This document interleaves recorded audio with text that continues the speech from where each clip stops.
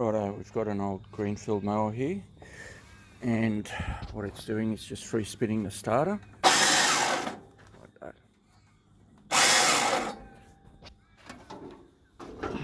Just undoing bolts from the cover there, around there, and I'll get back to you in a second. Okay, and we're back. Now, I had to undo the starter motor plastic cover screw there and there, which were Phillips had on this one. I'll tell you, this is the best little tool. Check this out. One end, left end, hex drives, Phillips bit, gets into all those tight little spaces and lets you ratchet, and 1/4 inch drive on the other hand. Worth their weight in gold. Anyway, undid the oil filler tube bracket. Now just give that a clean down there, make sure it's a bit tight so that when you wash it, water doesn't get in. Replace if necessary, and then this cover will come off. Now this plastic cover is a bit awkward.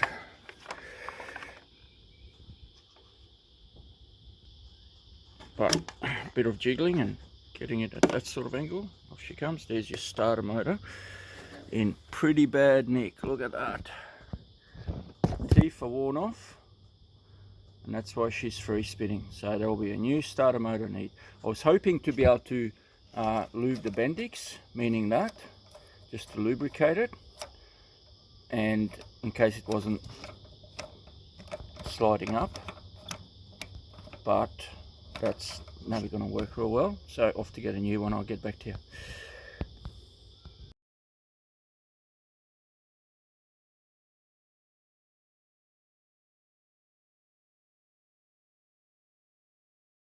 Okay, then undid the 2 bolts there, which on mine were a combination of hex and number 40 Torx, not an Allen key, TORX. Just go for the socket, standard hex socket head if you can.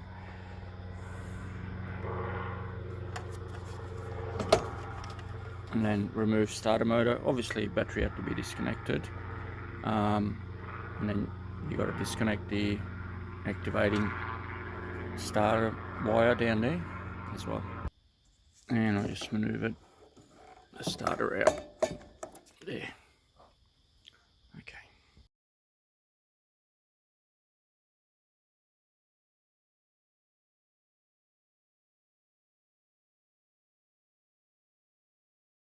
So I just went local to buy a second-hand starter for the Briggs Statton, and the bloke had broken the bottom plastic at the positive wire by not holding the positive wire and undoing the hex bolt and cracking the whole lot. So anyway, I took it anyway, just for now, and it's got a shorter body and a different throw out pin, but the actual throw out distance is still the same.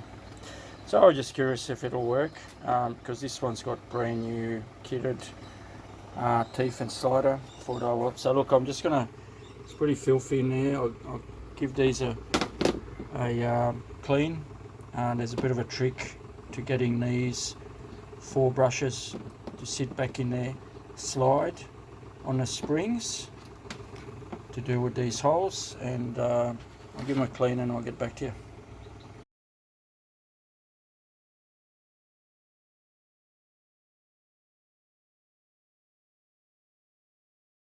So I'm just going to show you on the broken one, that spring has to go in that hole, and the knob on the brush has to go in the spring, but then it's got to get back in that hole, the whole lot, and I just can't get them to click in there and stay in there.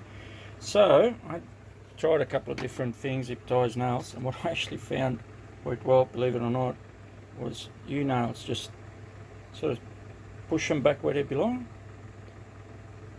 and then stick a U-nail and it just grabs it. So I'm being very gentle with it. It's like a little kids game. Anyway, I'll put that on the motor in a minute. And I've just gently installed it, making sure the bush in the center is on. Now pull the pins. Sorry, I've only got one hand. Let's have a look at this. Click. Brilliant.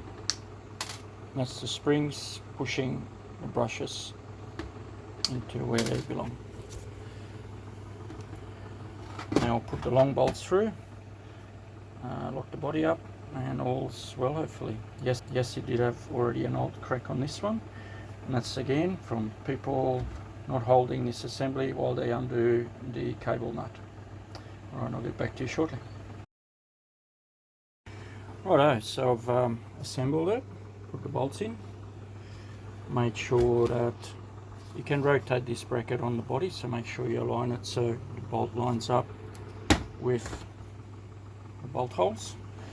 And look, some people don't like to lube these, but I've put anti-seize on top of this because this gets rusty, and whereas this old one, the original one, the worn one, you can see how worn it is really. It's just been cleaned basically, and you can see it sticks a fair bit. I've just lubed this one. Easy, straight return back, just with a bit of WD on that shaft area. Easy. Okay, reinstalled the starter motor. Easier to get to from this side. Cover on, put a new O-ring on the dipstick tube down at the bottom. And yeah, everything works fine. Now if you take this cover off in the first place, you'll see the gear, whether it's moving up and down. Just lubricate it if the gear's in good condition and see if that'll fix it. Won't be as easy as that. Anyway, here we go.